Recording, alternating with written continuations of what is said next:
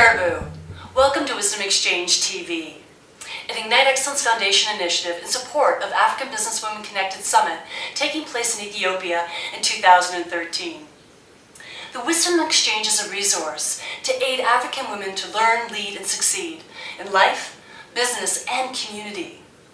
It is a forum where women of all disciplines will learn from African women in politics, philanthropy, education, and business. These are the women that are the change agents of Africa, companies, community, countries, and continent. These women will inspire us to be better than we were before. They'll inspire us to see the world differently and inspire us with the strategies and tactics that they implement. These are the change agents. And my name is Suzanne F Stevens, the president and founder of the Ignite Excellence Group of Initiatives, the host and producer of Wisdom Exchange TV. Also as the founder of the Ignite Excellence Foundation, which mission is leadership, advocacy, and education. And our vision is to inspire, develop women in emerging countries. We're proud to announce that we just gave out 4 scholarships, so please check out igniteexcellencefoundation.org. As an inspirational speaker, a living coach, and a business leadership trainer, it gives me the pleasure to interview women like the women we're about to interview today. We are in Nairobi, Kenya, actually at Africa International University, because this guest flew in from Turkey at 2 in the morning and decided to make my life easier and come to me. So, very special guest today, Norah Odwesso. She is the Public Affairs and Communication Director for Central, East, and West Africa for the world's largest beverage company, Coca-Cola. Norah is an accomplished executive with experience in local and international senior leadership positions. She has worked with multinational blue chip businesses in group strategy management and corporate relations in food and beverage industry. Currently, Norah leads reputation management of Coca-Cola business and brands across 39 countries in Sub-Sahara. She also has a team across the Sub-Sahara which she manages. Norah has also co-established a children's home in Western Kenya called Footprints of Faith, whose primary goal is to positively transform the lives of vulnerable and orphan children through providing well-being, security, and meaningful future. It gives me great pleasure to finally meet you. Thank you, Suzanne. And I do appreciate you coming to me because you look fantastic for a woman that arrived home at 2 o'clock in the morning. Trying to get used to it. Now, your career has been always in the corporate world. Yeah, pretty much. Pretty much. Am I missing a piece there? No, not really. Okay. I mean, I've worked in corporate for the last, easily, I could say 20 years. Okay. Yeah. So you're well immersed into the way of the corporate world. Yes, yeah. So what do you feel the biggest opportunity is for women in corporate environment? I think the biggest opportunity for women in the corporate environment is to understand that they shouldn't wait for permission to make things happen. A lot of us women, and especially women in Africa, wait for permission. Who will give me permission or the power to make things happen? Who will give me a promotion? Many of us don't realize that we can lead even without titles. And I think that's a huge opportunity many of us miss. Because I believe that the sooner we understand that no one gives you permission to do anything, that it is within your right as a woman to make a difference. It is within your right to take charge of your little world, if you want to call it that. It is within your right to add value to whatever it is that you're doing. Then opportunities begin to open up for you. I love that. Don't wait for permission. Yeah. That is very, very powerful. So what did you see as the biggest barrier when you started in the corporate world? Yeah. I have to say that, in all honesty, women face many unique challenges in their careers, in their places of work, at every level. Whether you're talking about the woman who has just entered into a corporate job, or whether you're talking about a woman in her mid-level management, or even whether you're talking about people like us who are describing ourselves as accomplished. Women face very many unique challenges. Number one, the rules in corporate are often unspoken. Number two, you find that the pathway to success or the pathway to achieving anything at work is not always well marked. So there are several challenges that women face, and also in many instances the playing field is not always level. for women, especially in Africa. And I believe to a large degree, to some degree, across the world, women do face all those challenges. And I do agree with you, it is across the world. Yeah. And we need to acknowledge that there are challenges at just different levels. Yeah. But more so in Africa, there's the first women that's pioneering and moving forward. So they're the ones that are really banging on the door, the ceiling, if you will. So with that, do you have any recommendations for women challenged with some of those barriers where they hit that ceiling? Do you have any suggestions beyond, don't wait for permission that you could provide? Yeah, first of all, I believe that a woman must first identify what she's passionate about doing. And she has to be deliberate, she has to be focused. The problem with many of us women is that because our wiring, the way we are made, the essence of every woman, is that we can multitask. We do 101 things at the same time. And this DNA or this wiring of ours goes right into how it is that we execute.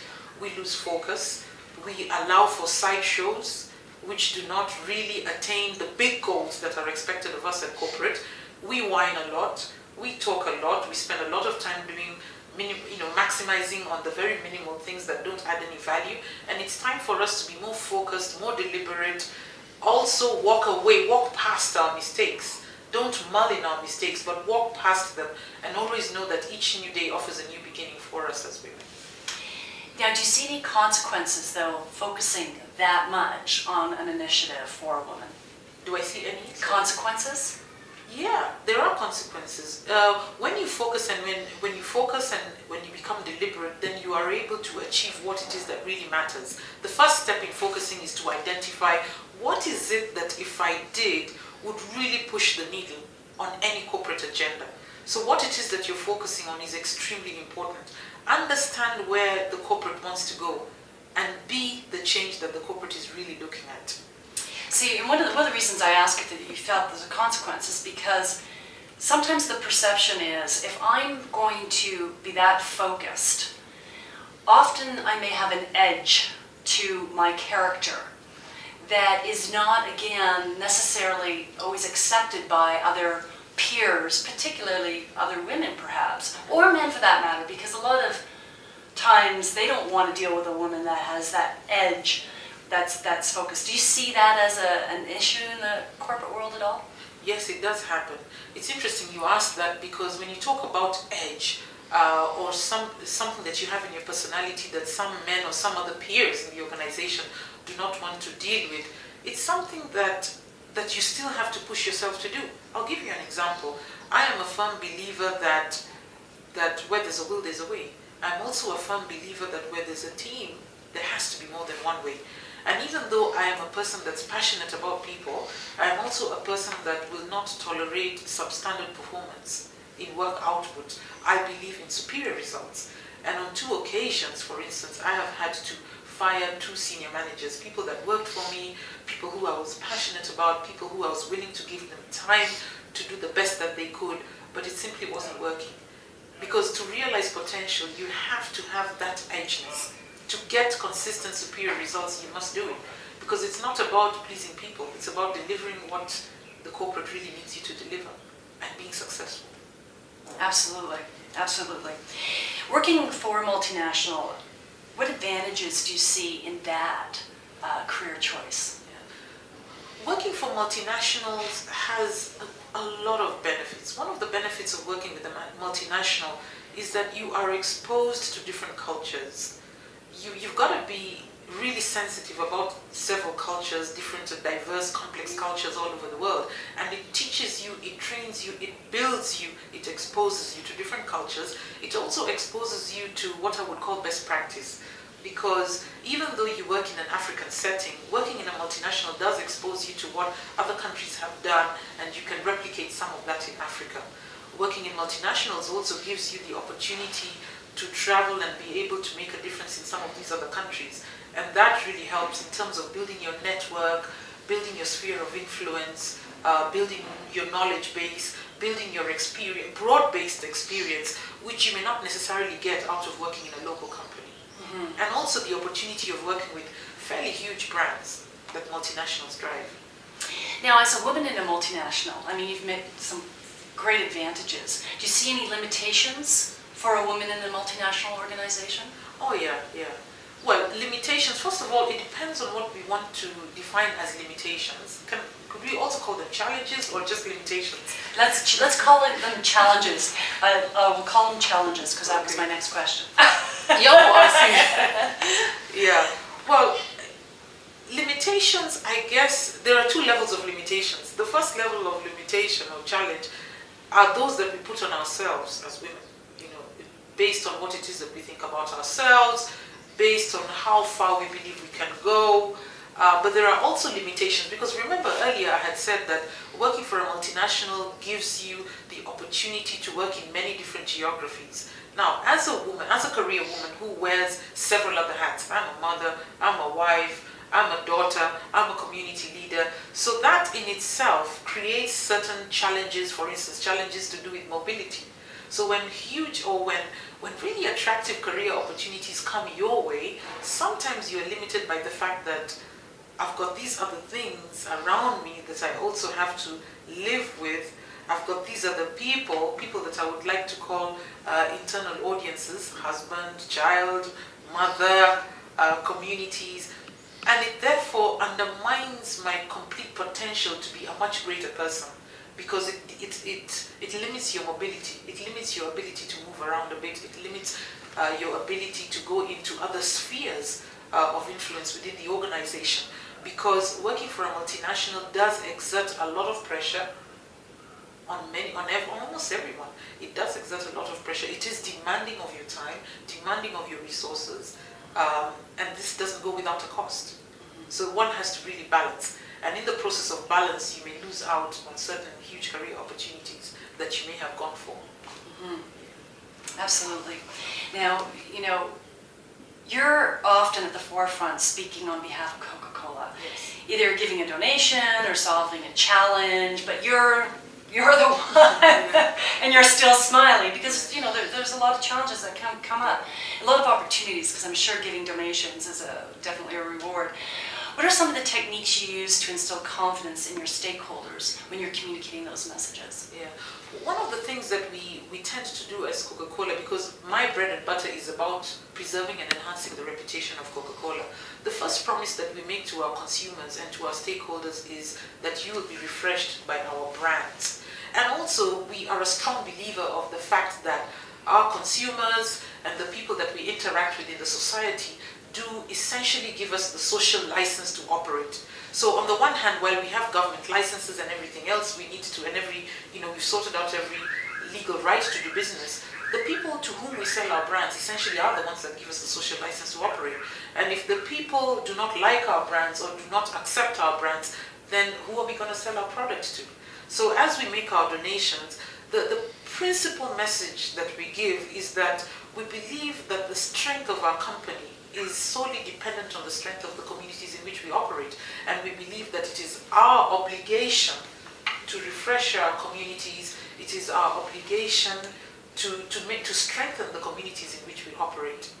So there is a strong relationship between us and our communities. There is no way we as a company can do business in any geography and not positively impact on our communities. Without our communities, there are no brands. Which is a fantastic strategy, because the community does help the brand and leverages it.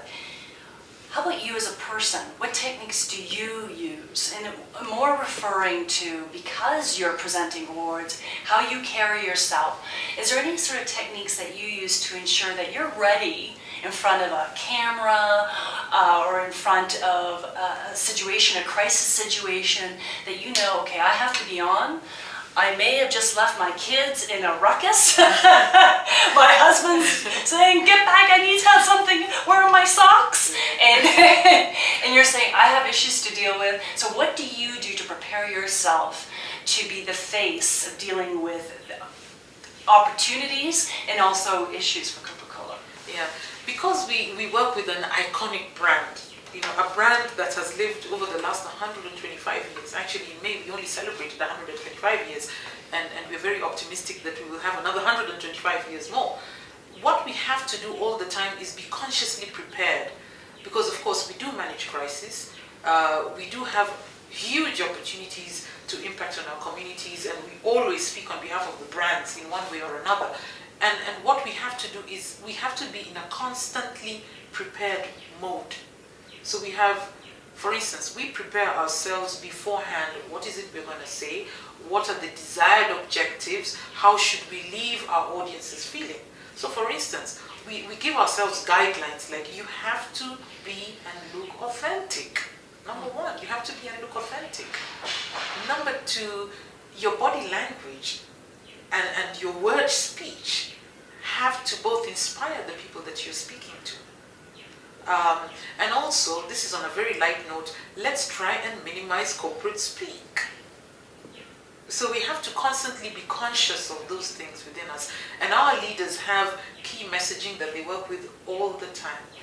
That at any one time when they're called upon to speak to the public or to make a comment or to give a donation, they are on script, they are on point. So hardly will you find them, fully reading speeches because it's already ingrained within them. And we also train quite regularly. So is there anything specific that you personally do? Yes. So I know when I get up to speak, there's certain things that I need to do to get in my zone. Yeah. Do you have anything like that you would do? First of all, I have to remain calm. I try to remain as calm as possible because for whichever audience that you're facing, there's always jitters within you, even for us who do communications every day of our lives. But I try my best to remain calm. So probably drink a cup of tea before the event. Secondly, go through my notes that I already went through a couple of times before. So go through my notes. And thirdly, reassure myself and get the teams reassure me that everything else has been taken care of. Because I usually do not like surprises, especially bad ones. Yeah, preparation is absolutely key. Yes. It's huge to get the nerves down before speaking. One thing I'm really glad you said is even though you're in corporate communications, you still get nervous. Yes, you do. And often, as I've been speaking for 11 years, and people will say, well, you don't get nervous. Are you kidding? Yeah. I care about the outcome, so Yeah. I do. Because you don't know everything that's going to happen. Exactly. And it's adrenaline. It's good for you. It is. And it's interesting you say that because for us as communications people, when I finally stand up and speak, people then come to me later and say, oh, that was a very good speech. Thank you for those comments. And I get people to give me feedback so that I'm able to improve in the next one. And even though I may go up there and I feel jitters, I am the only one who had better know that I am feeling the jitters. But still do it anyway. Because I think inherently within many of us is self-preservation. What will people think about me? Are they judging me? Do they like my top or they don't? And I think we have to leap out of that and get into the zone of you've got a message to deliver, you have a desired outcome, and go there and deliver it. Absolutely. Yeah. Now, I've heard in another interview with another leading lady make a comment about being in the boardroom and not her place. It wasn't expected for the woman to have an opinion that was going to contradict a male's opinion. So to be quiet.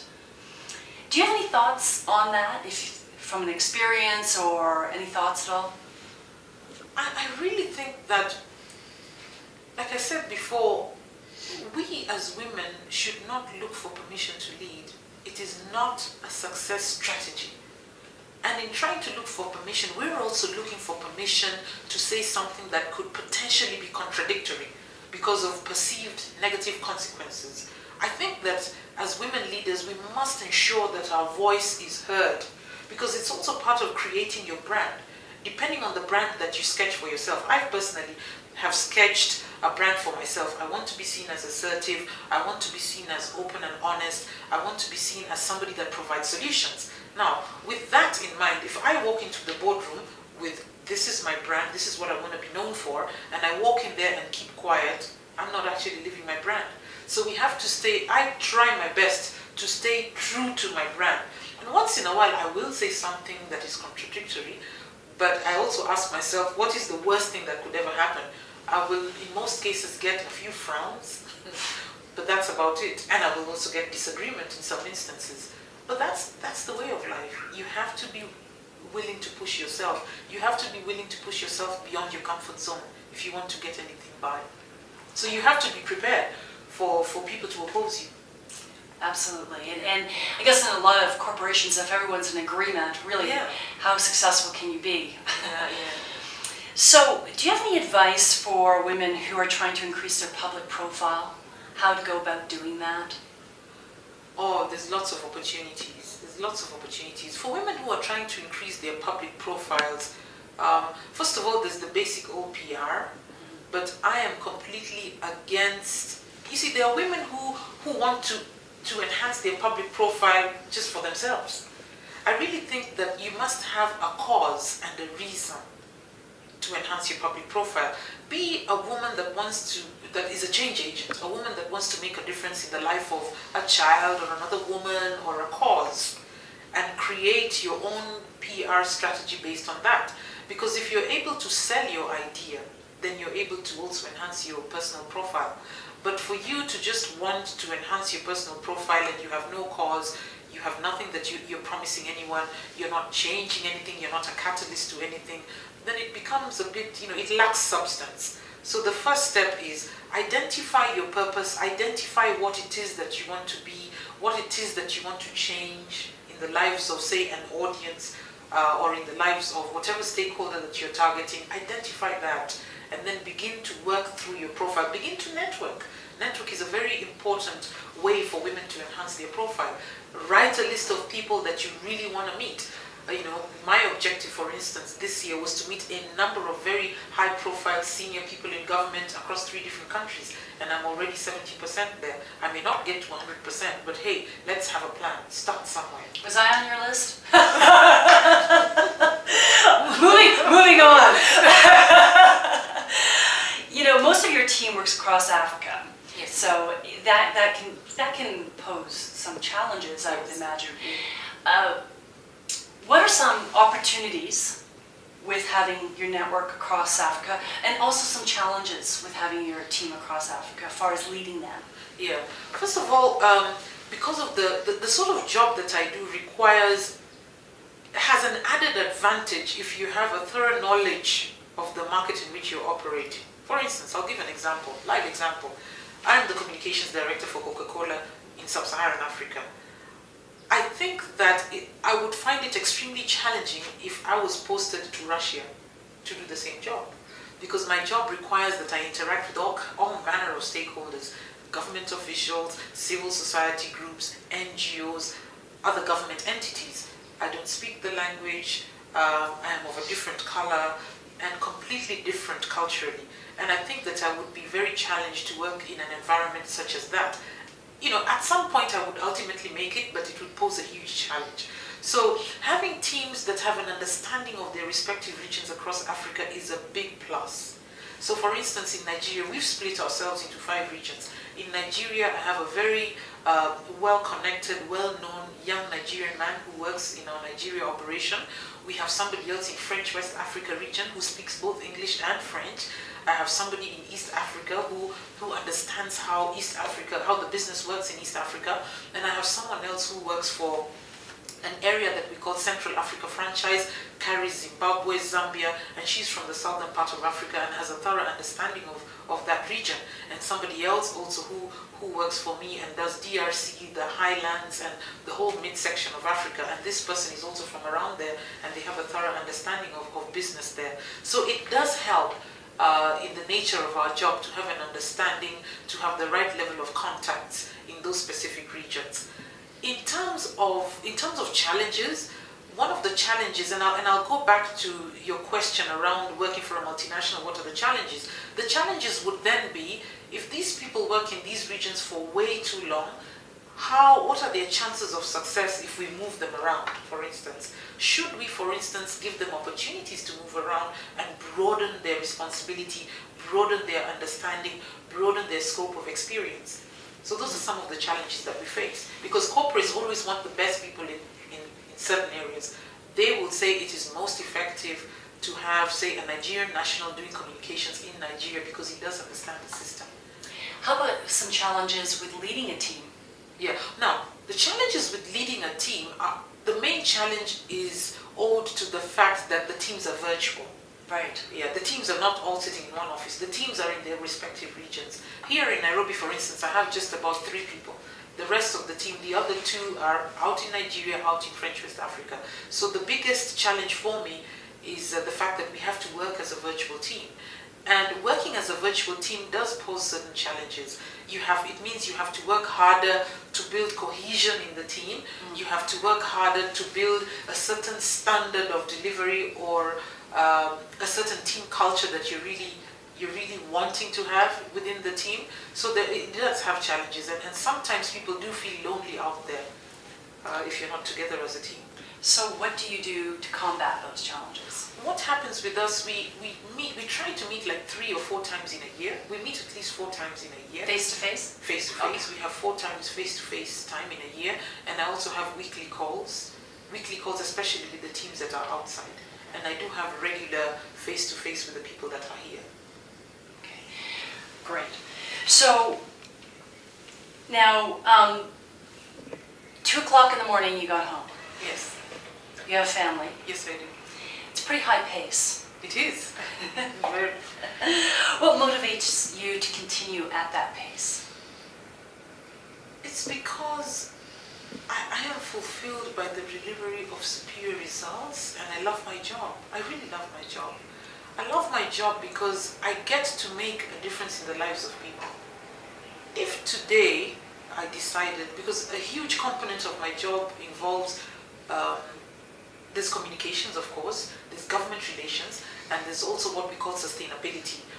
Many other companies would call it CSR, corporate social responsibility. And within the sphere of CSR, we get to meet a whole host of people. People who want us to influence on their behalf, people who are themselves influential, people who can influence us. We meet a whole host of different people. And it just gives me the thrill that for many of these people, we as Coca-Cola can truly make a difference in their lives. And that right at the center of all of this is me. So it really gives me the thrill that I can make a difference in the lives of people that I interact with. So it does give me the adrenaline to keep going on. So it's beyond... Other than the fact that it puts food on my table. Yeah. So professionally, but also emotionally and spiritually it affects you as well. It really affects me. So after your formal education, what do you do? I mean, because your life's so busy, to make sure that you stay current or knowledgeable in your area of expertise? Yeah. Well, we have networks. I'm a member of a number of networks.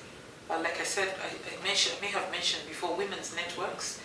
We've also created other networks within our circle of friends, and we meet once every, say, quarter of the year, which is not very frequent. We also, within our organization, have what we call the Women Leadership Council, and we also meet about once every 4 months. So other than that, there's other personal networking opportunities that I employ, meeting people almost all the time, getting knowledge about current issues, getting updates about what's happening in other people's worlds, and sometimes it's got to do with work, other times it's purely personal. So what would you describe as your leadership style? You've given us a little bit, your performance-based, but if you were to describe your leadership style, how would you describe that? I would describe myself as, number one, somebody who believes in the best in people, and I believe that at the very basic level, I am a believer that people are responsible and people motivate themselves. So I do give people a lot of leeway to take responsibility, to make their own decisions. I am less controlling. I don't believe that I should be controlling, because when I become controlling, I find that I limit creativity in people. So I let people do, but I create a framework for the people. I say, you know what, you're free to do what it is that you need to do, but hey, this is the framework of operation. Do not go outside the framework. So to a large degree, I let people free. That's a great strategy. Now, where did you learn? We're not, some people are born leaders, but how did you get your strategy and where did you learn it? By making mistakes. By making mistakes, falling down and learning, because I believe that lessons are learned from making mistakes. Many of us feel that when we make mistakes, we are failures, yet I think we become wiser. After every mistake made, you become wiser. And as long as you're alive, you still get a second chance to do a better piece of work. So I can't say that I read it anywhere or in a textbook. This is purely out of experience and out of making mistakes. It begs the question, what leadership mistake do you feel that you've made, and what have you done to change it? Yeah, one of the major leadership mistakes that I made in my earlier days as a senior leader was that I did not deal with substandard performance in a timely manner. So I allowed substandard performance to go on for a longer period of time. Why? Because generally and naturally, I love people. I'm passionate about people. I give people leeway, allow them the responsibility to perform. So when it comes to the time when in my head I know that I have to make this decision, I know that I have to recruit and retain competent people, I know that I have to fire people, then I start thinking, oh my God, this is going to be sad. How will their family, this person has a family, how are they going to survive? At the expense of, this is the corporate goal that has to be achieved. And it's not being achieved because I am not making this decision in time to change things. So that's a big mistake, and I have learned the hard way from it.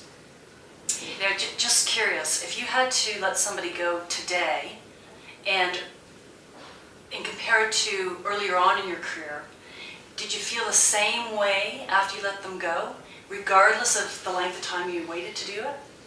Did I feel the same about letting them go? Yeah. Yeah. So you might as well get it done first. Exactly. Yeah. I might as well. Yeah. Because that's the reality. Yeah. You know, when you're human in emotion, Yeah. you're gonna feel something. Yeah. So you might as well it's like a Band-Aid. Yeah, exactly. You might as well just make the decision. Try and give a soft landing where possible. But you know what? Women need to make those decisions. Women need to, because if you want to be successful, you've got to make tough choices. You've got to make the tough decisions about people, about yourself. You know, decisions about myself. What sort of jobs will I go for?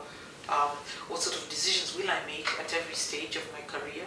You have to make those decisions. Yeah, absolutely. What has been the most difficult aspect of being a public affairs communication director for Coca-Cola? Well, it's all about expectations, business expectations, across the globe and not just Sub-Saharan Africa. As a public affairs and communications director, business expects that because we spend 24/7 of our time managing reputation, we should not ever get any negative media. And guess what happens? You go into a crisis happens, starts off by a consumer complaining about our brands for one reason or another, and they go out into the media and they complain to the public health officials, and guess what? We're all over the media. About what? About the fact that an iconic brand has not delivered on its promise. Guess what that happens to us as public affairs and communications professionals? It makes us vulnerable to criticism. It makes us vulnerable to very negative comments. You know, people question our ability to manage media. They question our ability to manage other stakeholders. And this is the very bread and butter of our job. So that's huge. Crisis management is one of the biggest, most trickiest disciplines for any public affairs and communications professional. Absolutely. You've got to be very talented on dealing with that. Cool. Yeah. What's the most rewarding element? Well, the most rewarding element for me specifically as Yes. Coke, or as me? As Coke. you. As me. The most rewarding, and for me, I enjoy working for Coke because number one, it's a huge brand. It's a brand that's loved, known by everyone else. So it does make my work easier, to be honest. Yeah. It's loved, it's known by, virtually everyone around the world. So for me, it is rewarding that I already work for a brand that is loved by so many people around the world. It's rewarding for me because it's an iconic brand.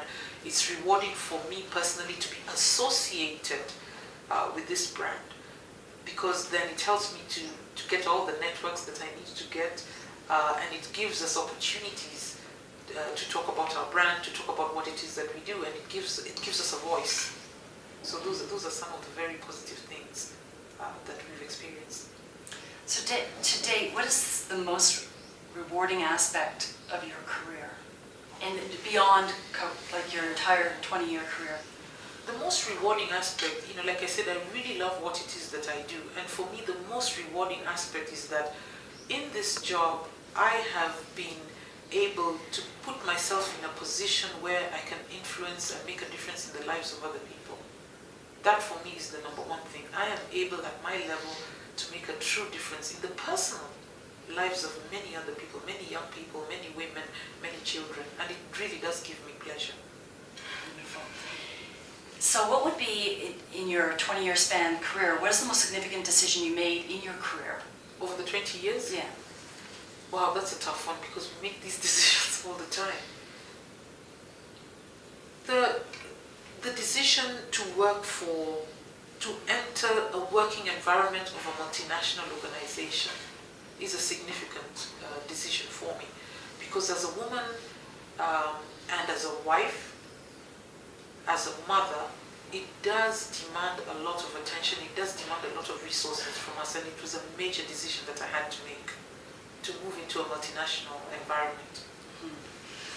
Now, prior, to starting your career, if you can go back, just graduated, you're ready to go in a communications school. You started in communications, did you? No, I didn't actually. I'm a graduate of finance. Right, you went from finance to communications, Yes, right? yes. So let's put you just before starting in communications. Was there any sort of obstacles in your way that you thought, geez, I wonder if I can do this because? Did you have any of those sorts of experiences? Yes, I did.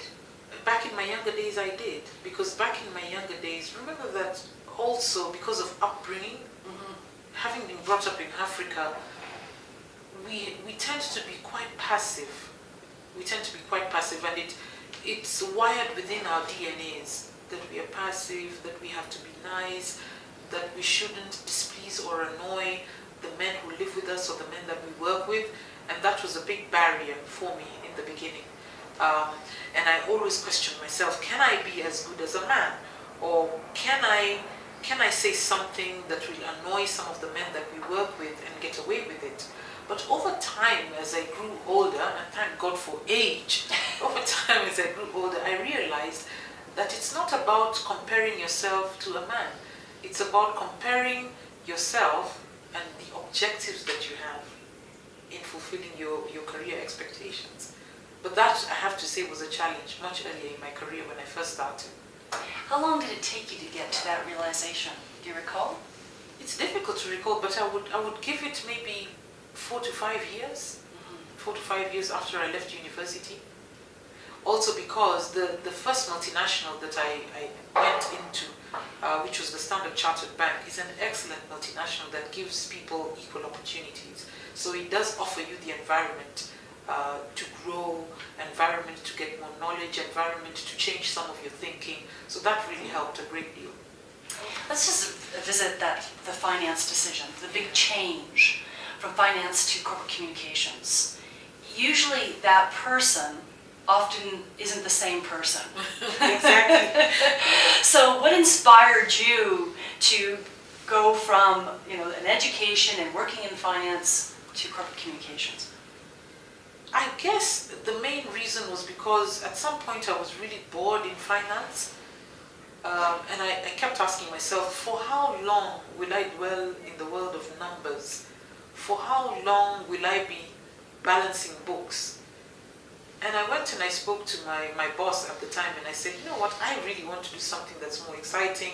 I want to do something that will put me out there, work and deal with people. Is there any opportunity of that nature?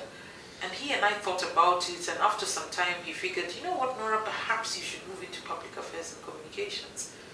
And that's when I had to make my decision to move. And mark you, I didn't have any training at all. So the first 1 year I really fumbled in darkness, not knowing anything, what sort of decisions should I make, how do I go about public affairs, how do I go about communicating, but I had to learn hard and fast on the job. But they hired you. They hired me, exactly. I want to know how you got that job. What happened? My first role, not my first role, I got employed by Diageo. You know Diageo? Diageo is one of the world's largest spirits organization, alcohol beverage organization. And Diageo hired me as a group strategy and finance manager because of my finance background.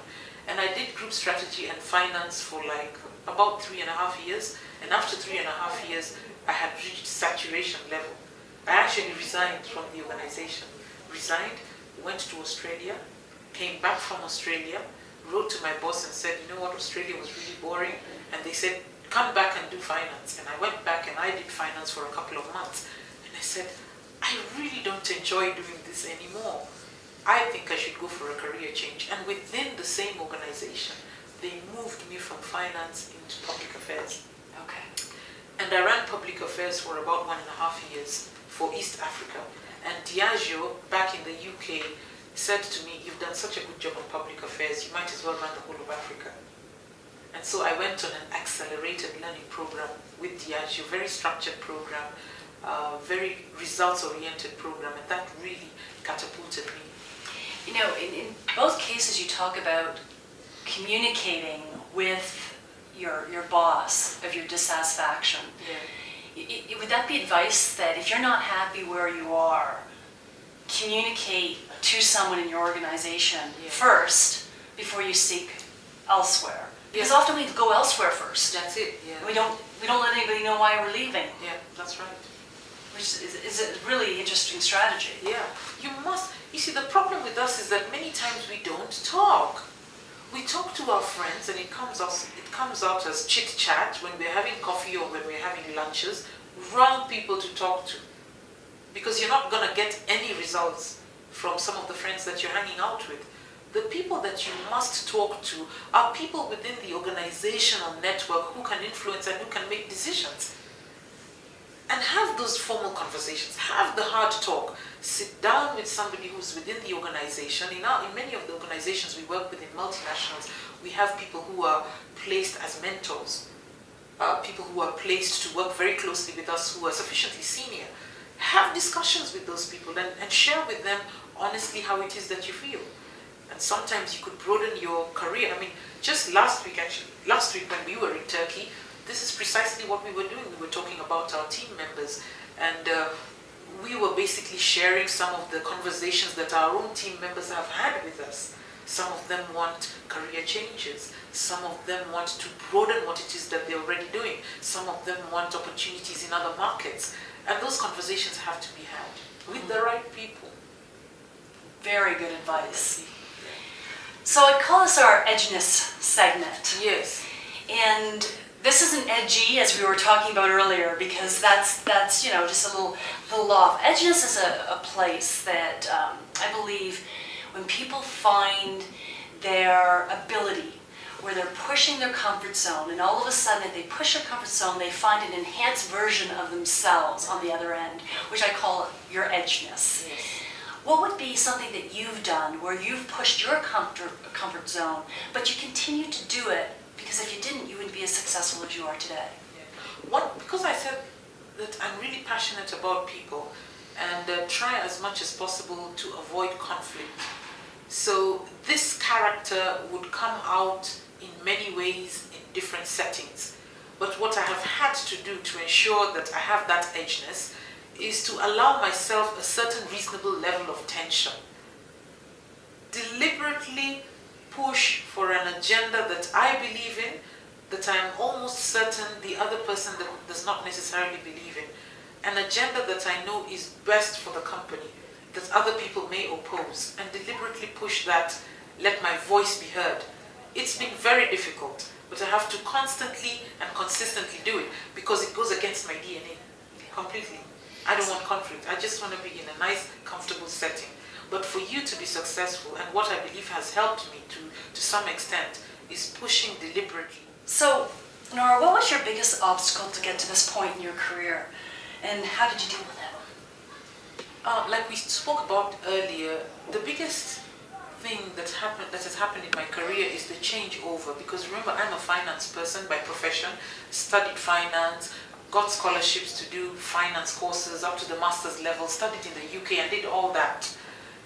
And then made a very significant decision to move into public affairs and communications. That was a very significant decision for me to make, and it resulted in it being an obstacle simply because I did not have the skill set to become a really competent public affairs and communications professional.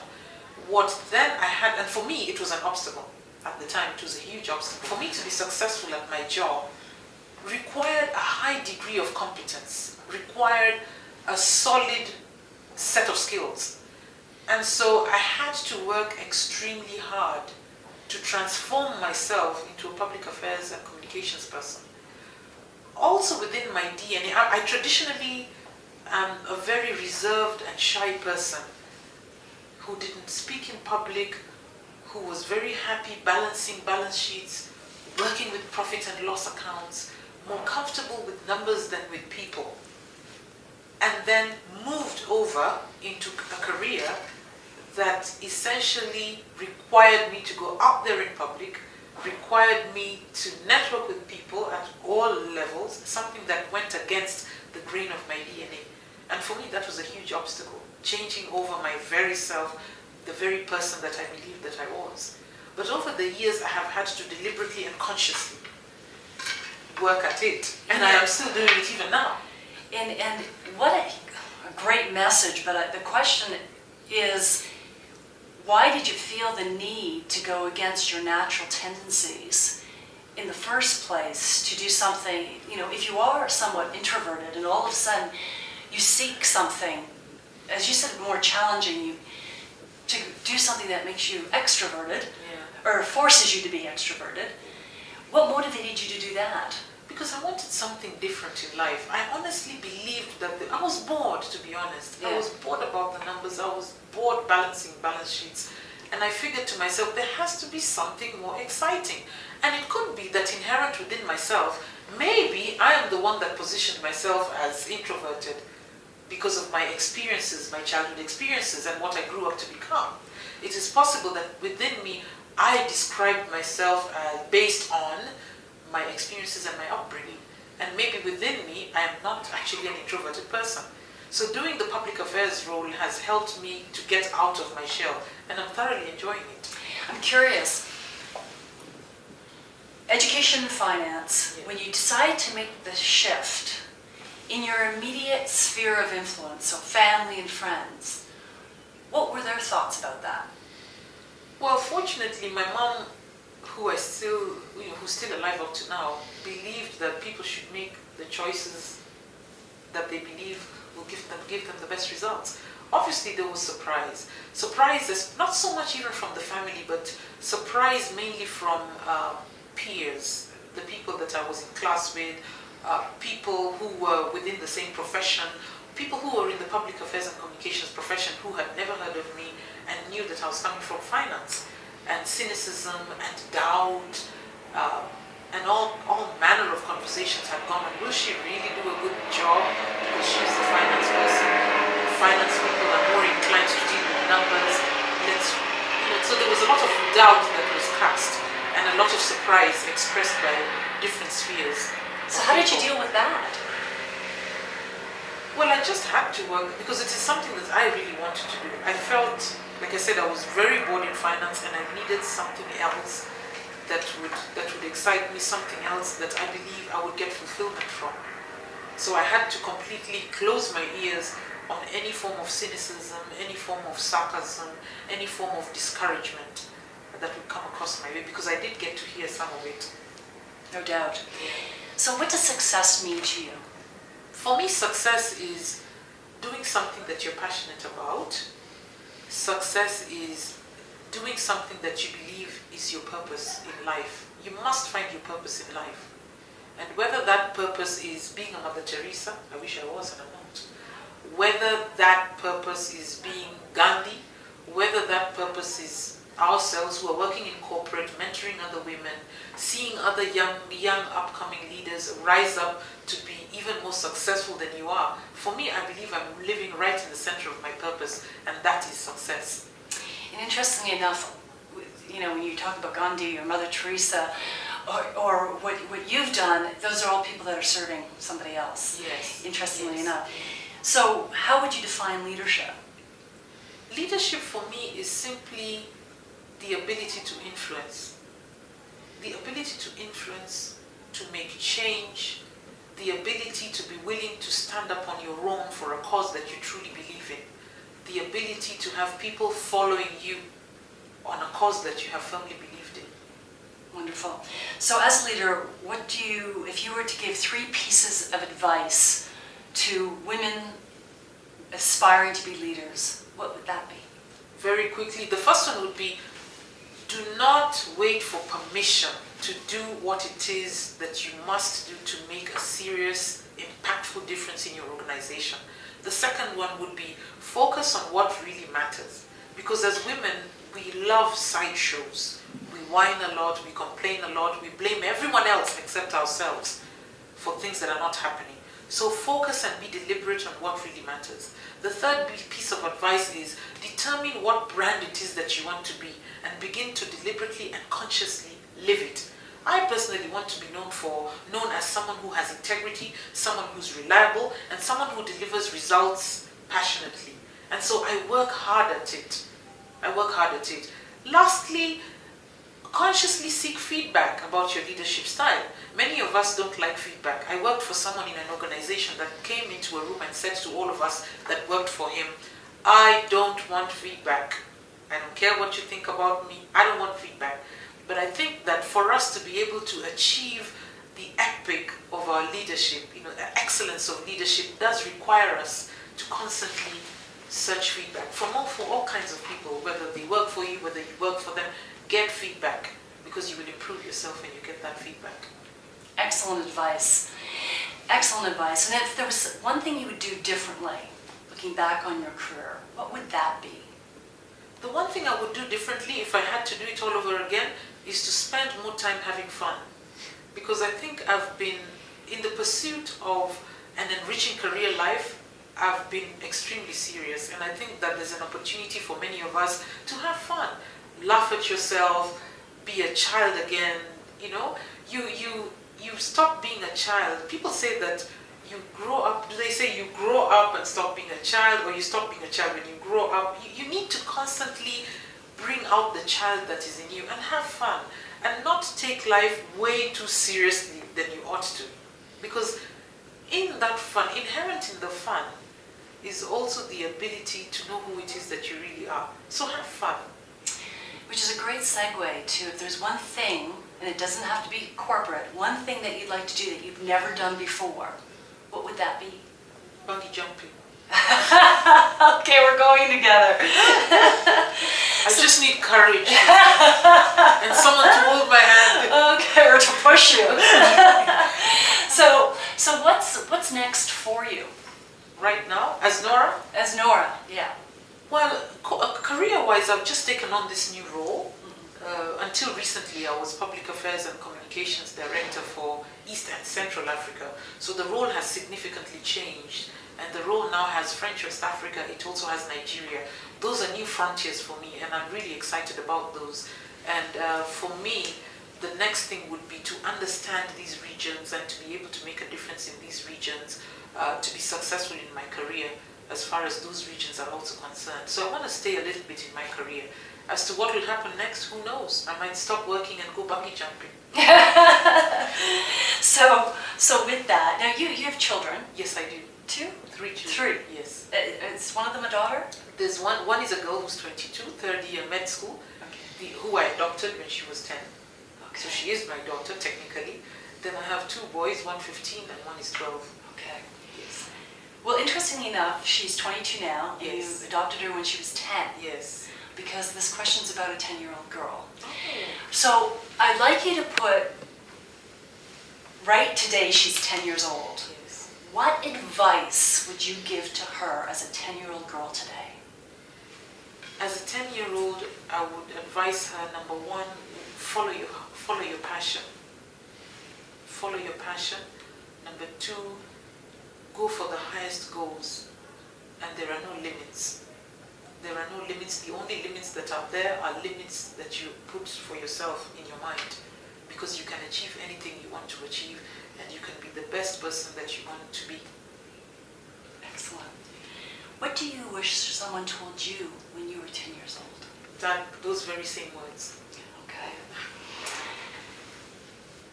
What words of wisdom would you like to impart to African women?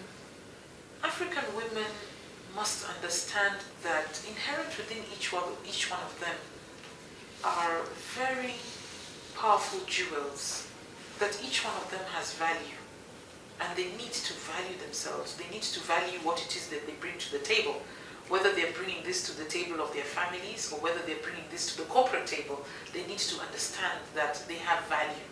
The other thing that African women leaders have to understand is that all of us must work towards leaving amazing legacies, investing in the success of other younger women. Because there's many of us who believe that we are successful corporate women. We are corporate women, we are politicians, we are innovators, we are strong cultural and community leaders. How much time do we give in investing in younger, upcoming leaders? The question that you have asked me is a very critical question. That, Norah, when you were 10, what would you have wanted your mom or another older woman to tell you? And younger women are craving for mentorship. Younger women are craving for direction and guidance. Older, more successful women should see themselves as such, as strong mentors. Part of our success and legacy will be seen in the number of other leading ladies or ladies that we have brought up as leaders. Thank you so much, Norah. And great words of wisdom. And I think with women like you and the women that we've interviewed on Wisdom Exchange, they do feel an obligation to those 10-year-old children. Because what's interesting is all of them wish somebody else said something different to them when they were 10 years old. Exactly. So thank you for that. Thank you. My name is Suzanne F Stevens, and I co-produce Wisdom Exchange TV with my husband, Michael Ginrich. We are just about packed up for tomorrow, matter of fact, leaving off to Ethiopia, Rwanda, as well as Uganda, interviewing women leaders. If you know a woman leader anywhere in Africa, please do give us their name at info@wisdomexchangetv.com. And we're looking for women like the women we just interviewed today who can bring insight and strategy. Just send us their name and why you think they are a women leader. And if you have their email address, even more helpful. So thank you so much. Also, if your organization would like to sponsor Africa Business Women Connected Summit, please email me at info@wisdomexchangetv.com. And again, we'll talk to you and we'll reach out to your organization and provide them with the sponsorship packages. This will be first-time, unique event that will bring all African women leaders in major businesses together. And lastly, do subscribe to Wisdom Exchange TV so you don't miss an interview like Norah's. We will inform you when the next one will be up. They're usually up every 2 weeks, but we'll invite you to watch, read, or listen to that interview. And lastly, I just want to leave you with my own words of wisdom. And Norah really kind of hit the chord with what I wanted to talk about today. Often we hit the glass ceiling, and instead of trying to pounce against the glass ceiling and break through it, I say just go around and go on top. And with persistence and giving yourself permission, as Norah said, and professionalism and persuasion, you'll get there. Thank you, and we look forward to seeing you next time.